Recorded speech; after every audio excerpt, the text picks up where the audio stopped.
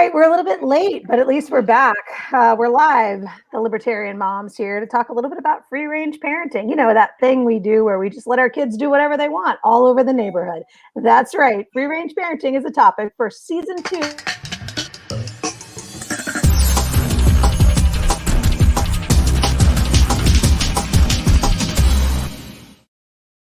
I got happy on the trigger finger there. Season 2, episode 11. So free range parenting is not something I knew, like, I don't think that I knew it had a name. I just knew that we when we were growing up, we were sent out of the house. We were told to play in the yard, come home when the street lights came on, right? Or if our friends went home and we were bored, we would go home too, right? Somebody's parent would call them in to eat, and I guess the rest of us were done as well. And so it didn't occur to me that that was something that had to be scripted, mapped out, or legalized in any way, because that's just how it was. So things very different once we all became parents. So Kasie, Jessica, and Melissa here with you guys tonight to talk a little bit about free range parenting, what it is and why we do it, and what the possible negative consequences are for our children and how they'll probably grow up to be terrible people. Yes, we're talking about you, little terrible people. Goodbye.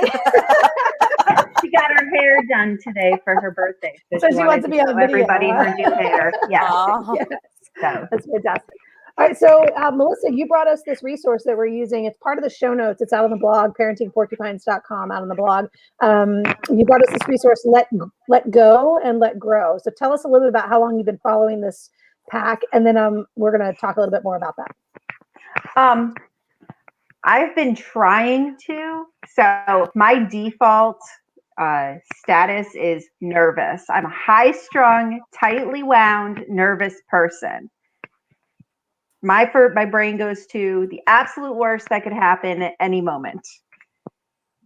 So I'm making a very, very concerted, mindful effort to not pass that along to my children. Like, I don't want them to be this tightly wound and nervous about everything. I want them to go play. But I hate it because I'm convinced they're going to get hit by a car. But that's just me. So do you think because people text and drive and it makes me crazy?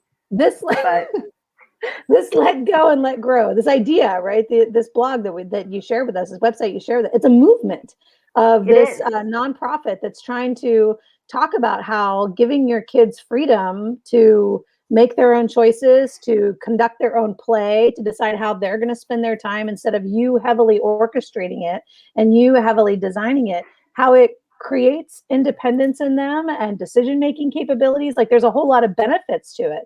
So if you're reading that and you're subscribing to that, is that your way of like trying to talk yourself off the ledge over like, stop worrying about them? Yes.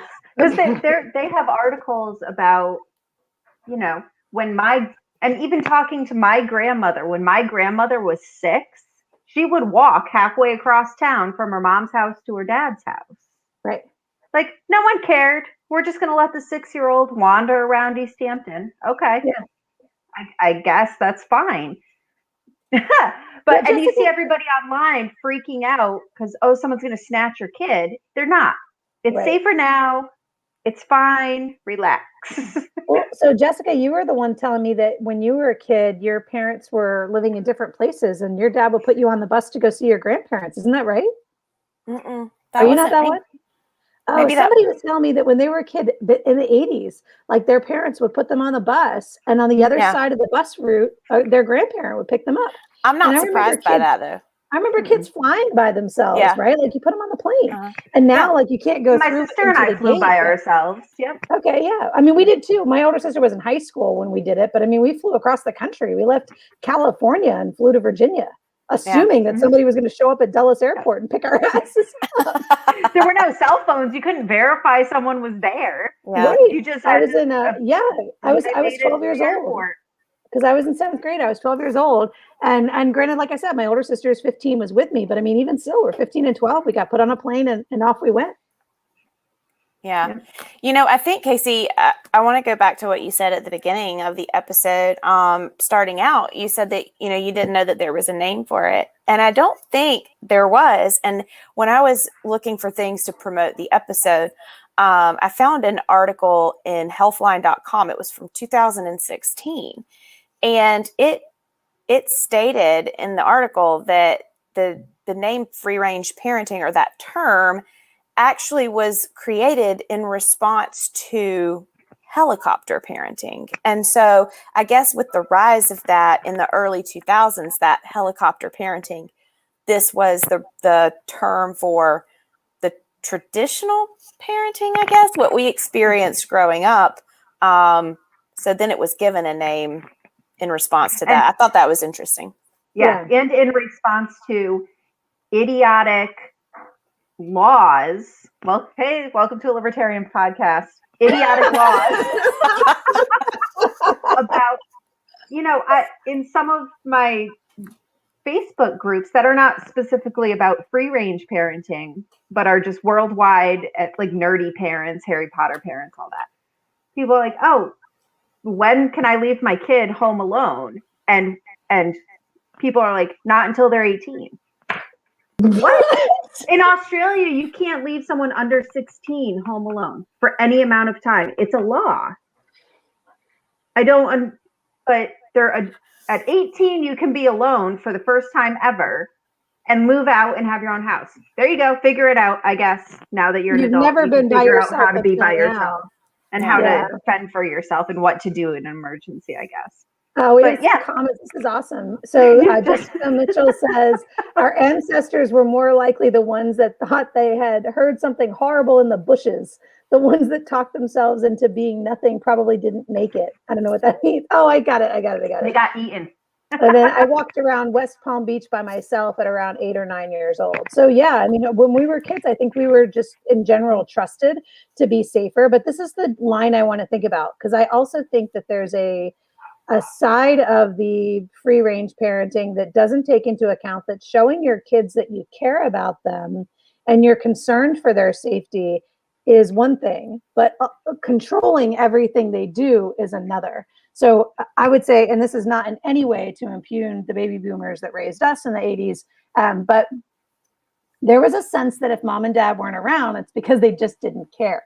Right? Like, because they were just too busy doing what they needed to do. They were just too, you know what I'm saying? Like, and I think, and maybe it was that they trusted us and they were trying to build us into responsible adults, but I'm not sure I buy that.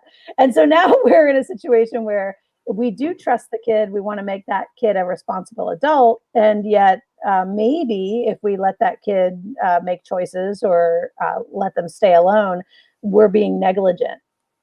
And in some cases, to your point, Melissa, about these shit laws, criminally negligent, right? Yeah. People get parents get their children taken away by social services because I remember there was a mom that had to work. She had 4 or 5 hours where her kid was out of school and she was still at work. The kid was like 10 or 11 and she sent him a block away to go play at the park. At the park, yeah. Not far from the house at all. And from her work. Yeah. Because she was at work. And the cops picked the kid up because there was no adults. And they arrested her. Yeah. For letting her 10, 11-year-old play at a park unsupervised. Yeah. Okay. That seems excessive, but I mean, the kid's not doing anything wrong. I think that's the thing is that the child, the 10-year-old, isn't spray painting the park. He's not bullying other kids. He's not throwing things or dealing drugs. Like, why in the world would the police even have a right to interfere with that kid who's just hanging out at the park? He's got right to freedom just as much as an adult would, right? I think that's probably where it comes into me. Is like, I think it's about liberty. It's about that personal freedom and that sense that not only are you being trusted to make good decisions for yourself and for the people around you, but you have a right to that. That is your God-given right. And just because I'm your mom doesn't mean I get to take it away, right? Well, and I think that, you know, if as a parent, you should make the decision on a case-by-case basis. I want to start by saying that because every child is different. Every family situation is different. Not every family lives in a neighborhood. Not every family has children who are able to be self-reliant and aware of their surroundings and things like that. I have two myself who are completely different. One of them is allowed to roam the neighborhood at will. The other one is not, because he is the one who will dart out in front of a car and get hit because our neighborhood is pretty busy. But I think as a parent, it doesn't have to be letting your child roam the neighborhood alone, right? Like that's a really good example because that is a lot of freedom that you're giving your child. But it can be other ways too, and letting them explore and giving them that freedom within whatever limits you feel are necessary to ensure their safety. But the bottom line is that whatever that looks like, finding that box that they can work within that you're comfortable with, it allows them to build that self-confidence in themselves. And I think it creates an environment where they're challenged to think. They're challenged to make decisions. Pay attention to what's happening around you. And hopefully they make good decisions, right? And then when they don't, those are learning experiences. And kids are going to do stupid things because kids are kids. Kids are going to get hurt. But I think giving them that freedom to be able to. Well, can we talk about those two things, right? Number one is the fear that they're going to get hurt. So like to Melissa's point from earlier, that she's worried about every potential possible bad outcome. And your brain immediately goes to like, yes, I walked inside for a minute and she got hit by a car or somebody snatched her off the street or whatever. So, okay, so there's that piece. Like, I think we should unpack that. And then the other side of it is they're going to make choices and there are consequences for those choices. So how do we help them live with those consequences is the other piece of it, right? I mean, we got to hope that, so we have a couple of rules. If Holly's by herself, she's not allowed to shower. I can't let you get in the shower where you could slip, fall, cut yourself shaving, like any of these things that could be medical disasters could happen to you when you're at home alone. So at least for now at 12, 13, like I need for you to shower before I leave. And like, you need to be in a relatively controlled environment. Same thing with cooking. You can use the microwave, but you can't use the oven because we have a gas stove, right? These kinds of things. Same rules. So there's some basic like safety precautions that we've kind of built in place. And even though like the meanest mom in the neighborhood parent or episode, it was very clear that I have like 0 rules in my house. That's not true. There are some safety rules. Yeah, that are safety rules. So I think that there's that piece of giving them a chance to make decisions about what are they going to eat, when are they going to eat it, and how are they going to, you know what I mean? Versus like exactly to Jessica's point, wandering around the neighborhood is a good example, but we always talk about safety in numbers. If Holly goes out there by herself, there's nobody keeping an eye out for her. But if she and her friend are there, there's somebody who can run and get help if something goes sideways. So that's another one of those like basic concepts where you think of even college age kids are wandering down the street by themselves. Like I'll take myself home. It'll be fine. Jumping in Ubers or what they think are Ubers with strangers, right? Because they're not safety in numbers. They're not being trained to like can't get over the fact that people get into random cars with strangers that they meet and call via the internet. Because in the 90s with the internet, that was like rule number 1. You don't meet strangers on the internet from the internet. And now people do it all the time and it makes me crazy. But that's a generational thing. We're all trusting that Uber has done their vetting. I guess, yeah. And I mean, I've been in an Uber. I must confess, Brian was with me. I wasn't alone in an Uber. But after we're done, I'm gonna tell you guys the Uber story with my mom. Remind me when we cut. I'll tell you, it's hilarious. It goes against everything that was, put in my head growing up is you don't meet strangers from the internet. Yeah. So we probably need a whole episode about that too, in terms of like what were the rules that we were taught and whether or not they are still applied. Because exactly to the point of every time we talk about this, it's like, how did my parents raise me? versus how am I raising my kid, and how much is different now. So like Melissa said, the numbers are down in terms of kids being kidnapped, in terms of violence against children. Like these numbers are down, but we have a perception that the world is so much more dangerous for our kids than it ever was before. How true is that perception? Is that even something that we should be changing our parenting style to match? I don't know. I'm not convinced of that. But again, I'm like free for all mom, so who knows? My mom was like, "Hey, did you watch that Parenting Porcupines episode I sent you?" She goes, "Yeah." I was like, "So you want to talk about it?" She goes, "No."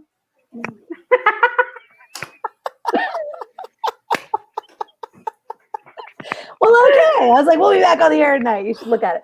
So, okay. So, what does it do to children if we curb their freedom? What's the inevitable result if we box them in? If we curb their freedom, Jessica, what do you think? Well, I think you teach them not to trust other people, first of all, right? And that impacts a lot of things. I mean, it impacts their ability down the road to work with other people collaboratively.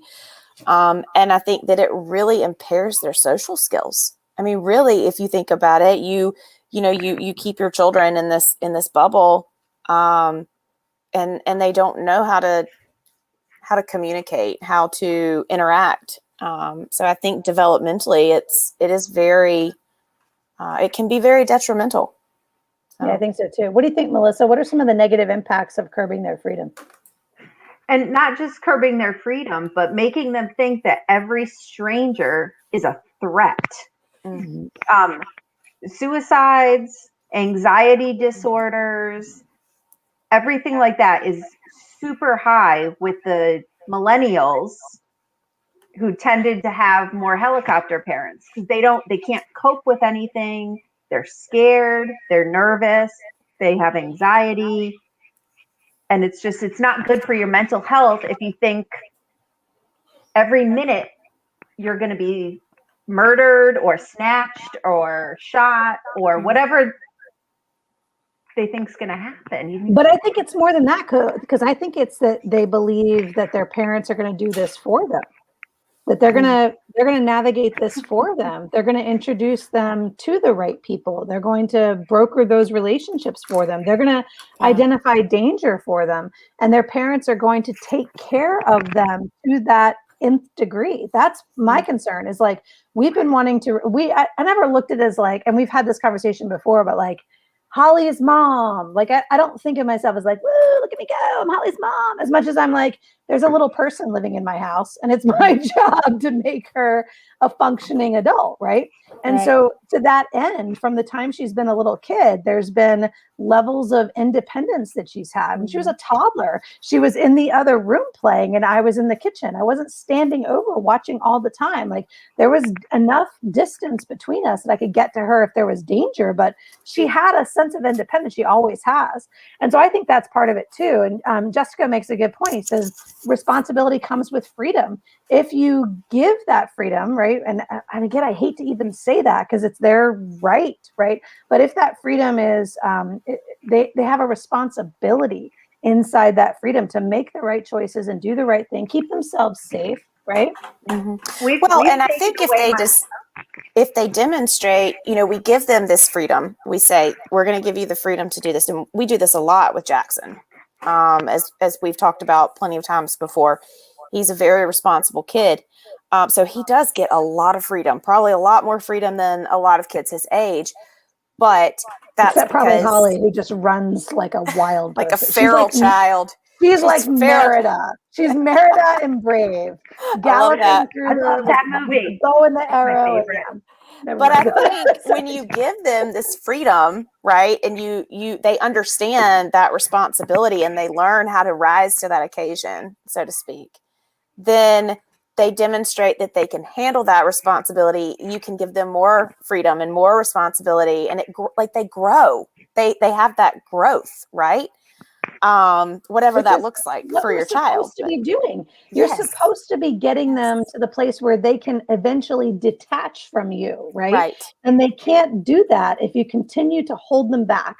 and you make the decisions for them and you do stuff for them. I mean, gosh, I wish Alex was here because there was one episode we talked about Alex was making her very first appointment for herself because her mom had been doing it for her and she's like 33, 34 and we were all stunned by it, right? I mean, there's at some point like what we're supposed to want is for them to detach. But I wonder if that's not what every parent wants.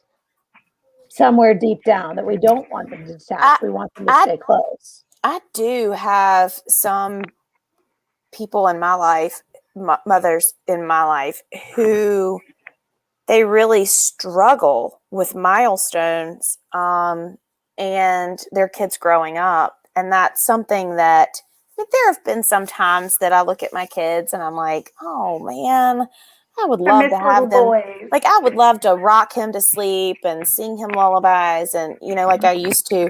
But then, but I don't know. I get excited about those things because it means that they are growing up and they are growing into little boys and they are growing into young men.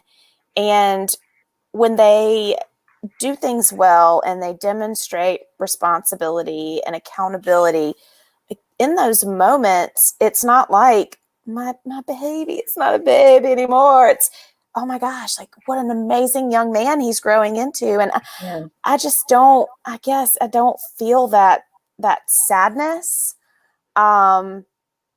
It's more excitement for me. And so I don't, but I do know people who really struggle with that.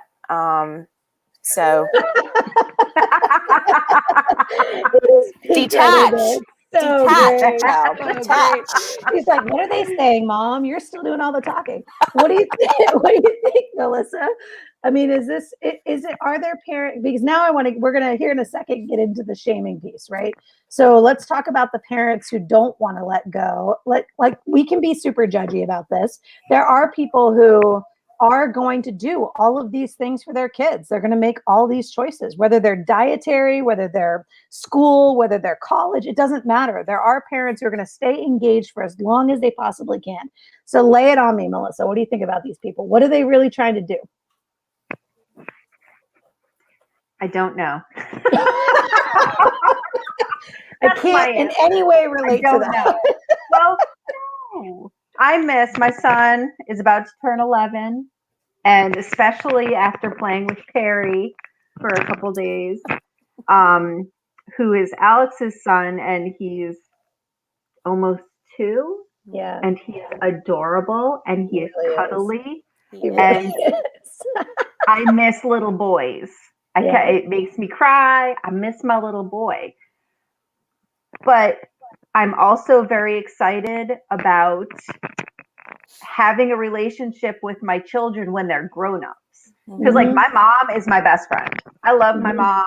We hang out. Her mom is her best friend. So I'm very excited for the adult relationship I get to have with my kids eventually. Once they're done, we'll watch the videos. Like I'll see a little bit. My mom just posted one of those like Facebook memories of Holly when she's like, I don't know, she was maybe 3 or 4, and she loved to have the bows in her hair, but she didn't just want one; she wanted them all. So she had like a whole crown of bows.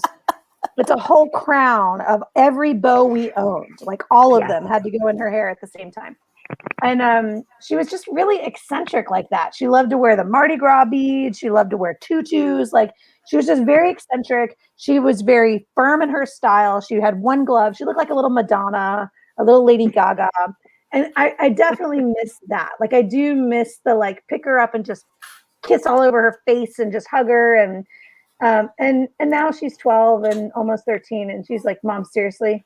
I'm like, come on, I get a hug every day. That is my God-given right as a mom. I get a hug every single day. You can give it to me now. You don't live here. You'll not deprive me of this. You can give it to me now, or I will steal it from you later. But you will give it like I get one every day. So, I mean, I think that I definitely have that little bit of nostalgia. But she's such an incredible soul. Like her, she's so smart and so funny, and so like we just have so much fun together. And like as she's getting older and she's got all these opinions, her views and her opinions, all of her opinions, like she is just exceptional. It's And I just love that. fascinating. I love getting to know her that way. Like, I mean, that's just been, I would say the COVID benefit has been that we've gotten to spend a lot more time together, and how grateful I am for that, because really life was kind of passing me by.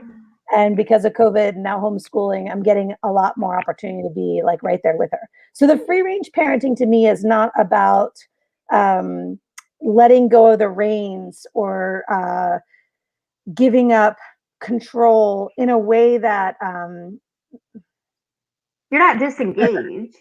exactly, it's not about disengaging, it's not about not Yeah. being interested, it's about saying the more independence Holly gets, the better Holly is. Right.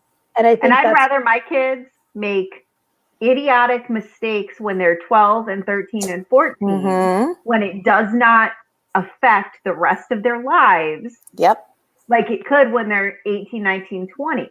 Yep. I'd rather them make stupid, dumb mistakes while we can still fix them and they're controllable than the huge mistakes you can make when you go out into the world. well, the stakes are so low right now, right? Like, Yeah. she's a middle schooler. There's not a whole lot at stake right now. We're not Yeah, you talking fail about drug class, convictions the friend, and human trafficking and like, yeah, you know what I'm saying? Like, you these break are your not, phone. right, That's what's going to happen. You're not going to, wind up pregnant or getting someone pregnant. You're not going to, right, you're not right.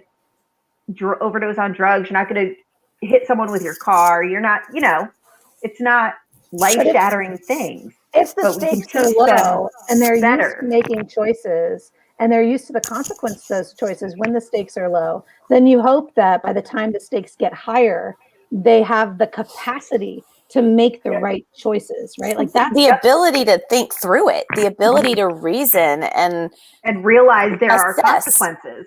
To assess, like, what is going to happen here? What are the good things that are come from this, that are going to come from this? What are the bad things that could potentially come from this? And then are those things worth it? Like the ability to really think through that and reason, right? Assess and reason through situations. And it all does start when they're young. And if you don't give them the freedom to make those, it's a muscle, just like anything else. Yeah. I'll agree with that. Well, we're not getting out of this without talking about the shaming. We got to talk about the shaming. I'm not shaming anybody because I've told No. y'all before. I'll tell you again. Mind your own motherhood. I don't judge. I try not to judge. I have my opinions. I might judge you in my head, but I'm not going to say it out loud. I have my opinions. How people do their thing is their thing. I'm not going to get into that because that. I think we misunderstand Kasie. Well, it's probably my fault. What I mean by the shaming is, how do you fight? And fight's the wrong word. How do you respond to parents who are not as permissive, to parents that are not creating this kind of environment that we're describing, who want to make you feel bad for doing this? Because that you mean the mom at the playground who's the one that calls at the your cops. kid going, Where's are you going to do something about this? Yeah. Just talking to my children going, where's your parent? Yeah. Like, she's not doing it. She's on the slide. Why does she need a parent? It's fine. I want to talk about that because I think that right now we're in an social media environment where people they will videotape your kid with no parental supervision. Where's the mom? She's not anywhere around here. Look at this kid, blah, blah, blah. And now all of a sudden my kid's on Facebook and you had no right to put my kid on Facebook. Yeah. Well, yes, I did, because you put him out in the public. Like, this is what I'm talking about. This is the kind of stuff people are worried. They're afraid. I have some of my friends, the reason that they don't give their kids that kind of freedom we're talking about is because they're worried about being the shamed mom. They're worried about what other moms are going to say to them and about them for having let their kids stay home by themselves or having let their kid do stuff by themselves. I have zero reservations about telling someone to mind their own damn business. Because I'm just gonna throw this out there. By and large, my kids are pretty awesome kids. They do a lot of things really well. They're good little people. And so I don't really put much stock in what other people think about how I parent my kids, because I think I do a pretty good job. And you know what? Most people who know my kids think I do a pretty good job. So I don't even care. I think you do a hell of a job, Jessica. I clearly need lessons from Jessica. I don't have nearly enough rules in my house. You just need to be mean. You got to be mean. I got to be a whole lot meaner. We voted you meanest mom on the podcast the other day. What about you, Melissa? Are there other moms throwing shade? And if so, what do you do? No, I've had other moms like ask my children where their supervision was. But my kids don't even care. They're like, over there, bye. And like they'll just walk away. They don't care. Yeah, they're like, we're free people. We don't need supervision. Well, and I think that's my dad raised us. My dad's philosophy is basically, fuck them. It's not their life. It's not their. Who cares what anybody else thinks? Really? Yeah. I care what if you guys are like, hey, you're doing this wrong. We disagree. Okay, we're friends. I trust you. I value your opinion. Some random dude on the street, I don't care what he says. I'm literally going to make a banner that says "fuck them." And anytime that's my dad's advice summed up in one sentence. I think that's great advice. I do too. But I think you touched on something, Melissa, though, that I think is very, very important. And it's something that we've brought up in prior episodes. And that is the lack of community, the lack of a village. Because when we were growing up, we spent a lot of time with our friends. I mean, I know I had a friend who I was at her house all the time. And if I got out of line, her parents would discipline me, right? My parents expected that. From mom. Oh, yeah. Yeah. And my parents would discipline her, and her parents expected that. And I think that we've gotten to a point where we have this lack of that village. And instead of adults looking out for other kids, they're too busy looking for reasons to be upset with the parent because the parent's not doing what they think they should be doing. Look, or they're afraid. They're afraid to say anything to other people's kids. Yeah. I'll say something to anybody's kids. I don't care. If you're it's being deserved. a jerk, I'm going to tell you. Yeah.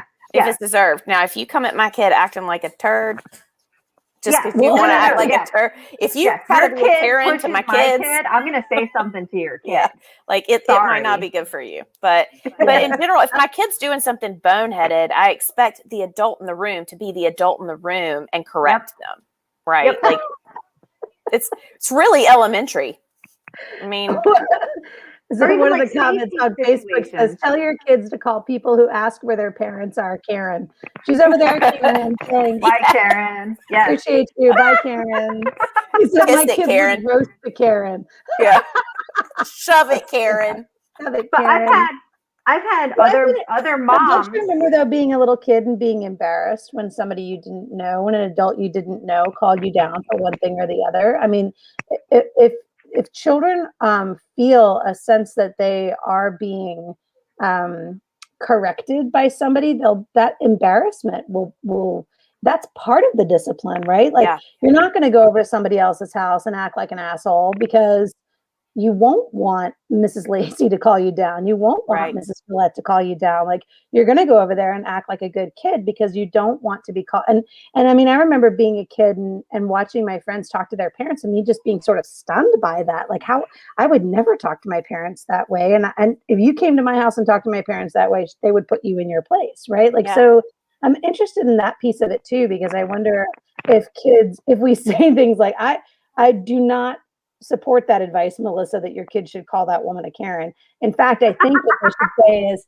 thank you for your concern for our safety. Our mother is nearby, right? Like in a way that says very gently, mind your own damn business, but it's also not showing disrespect or mouthing off. Because I don't know that it's necessarily it coming from a place of wanting to shame you as much as wanting to being concerned for their safety. Like, is there somebody here watching you? Because if there's not, I'll hang around a little bit longer until somebody does come, right? Like, I want to believe the best in people. I don't want to think that she's out there going like, everybody here needs a responsible adult, as much as she's like, am I the one? Because if I'm the one, you guys are in trouble. Right? Number one, I've been drinking, and number two, I'm fixing to leave, right? So I have had other moms like at the park, and it always seems to me like they're surprised that I will step in, but especially like little kids, they're running, they fall. Like, I'll pick them up, scrape off, you okay? Okay, good. And send them on their way. And the mom's like, oh, thank you. I was changing the diapers. I'm like, you're welcome. Like, they're surprised that I took care of their kid. I'm like, it's a kid. The community is missing. What else am I going to do? They were crying. It's okay. Like, or they needed help reaching the monkey bars. All right, I'll pick you up. People are like so afraid to touch other people. I say touch other people's children, but interact with other people's children, because that's how you get the creepy man followed me at the mall and was going to snatch little Jane. Yeah. That's where those stories come from. I don't know what this woman was saying to my kid. She was probably evangelizing for, you know, Al Qaeda or something. Okay.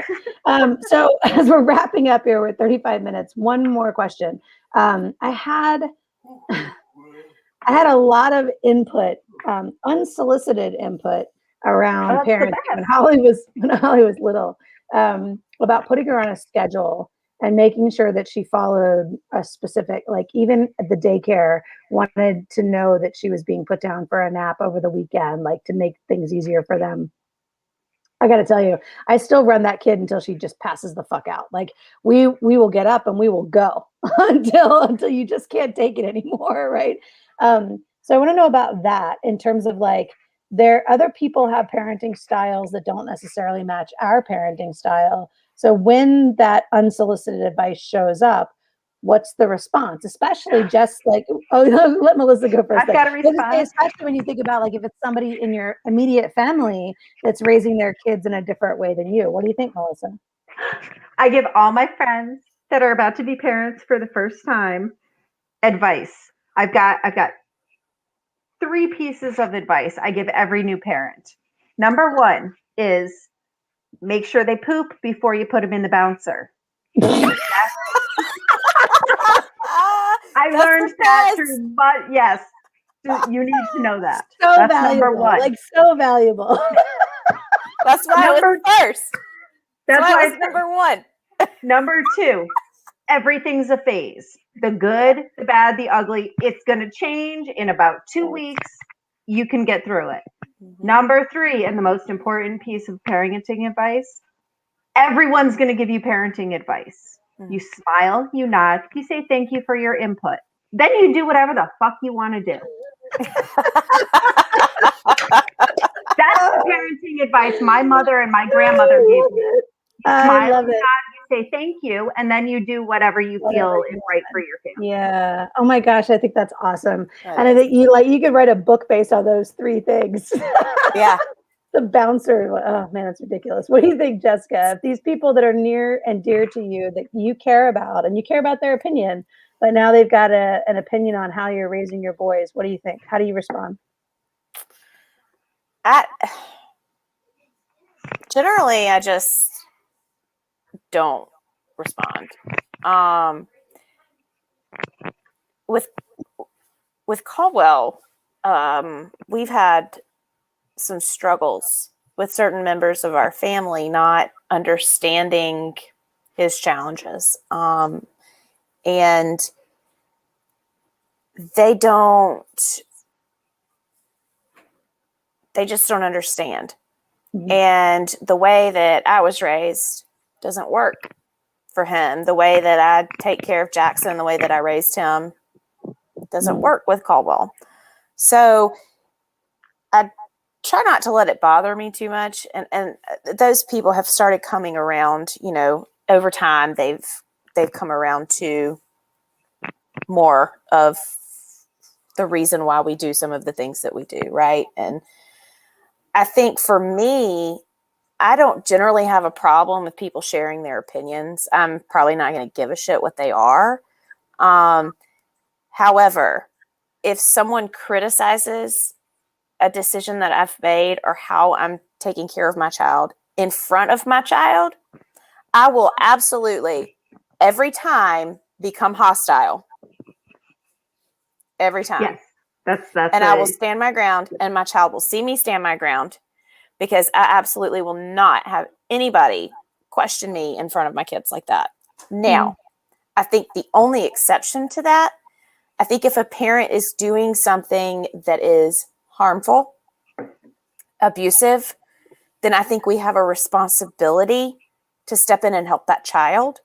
Mhm. But as a Mhm. general rule, it's not your business. It's Right. nobody's business. And it's not my business what people think about my business. So Right. deuces. Live and let live. I mean, that's a big part of it, right? That's part of this Yeah. free range parenting conversation is live and let live. And to the exact point that you made at the very beginning, Jessica, it's not right for everybody. You know your kid and you know what the right boundaries are for that kid. And as long as you're building them, setting them, and, I don't know, keeping consistent with them, as I have clearly admitted I suck at, then yeah, like I think you're exactly right. It becomes your business and not anybody else's business. But we've all been in a condition where we have a sense that maybe we're making the wrong choice. And when somebody questions that choice, it feeds that fire again. And I would just encourage people who are watching, who are listening, to trust your instincts when it comes to your kids, because Yes. you do know them better than anybody else. And what Absolutely. does work for somebody else may not work for you. And it's important that the relationship between you and your kid be the thing that is the most important thing that you preserve. So, all right, hats off to your kids for popping in. Mine's in the other room, probably playing video games. But we're going to go ahead and call it a night for tonight. Next week, we'll come back. We've got a couple of great new episodes coming up over the next few weeks. Don't leave us here. We did take a little bit of a break, but we're definitely coming back. We appreciate our live views. We're glad to see you. Bye, Jess. Bye, Melissa. Bye, guys. We're out. We'll see y'all next week.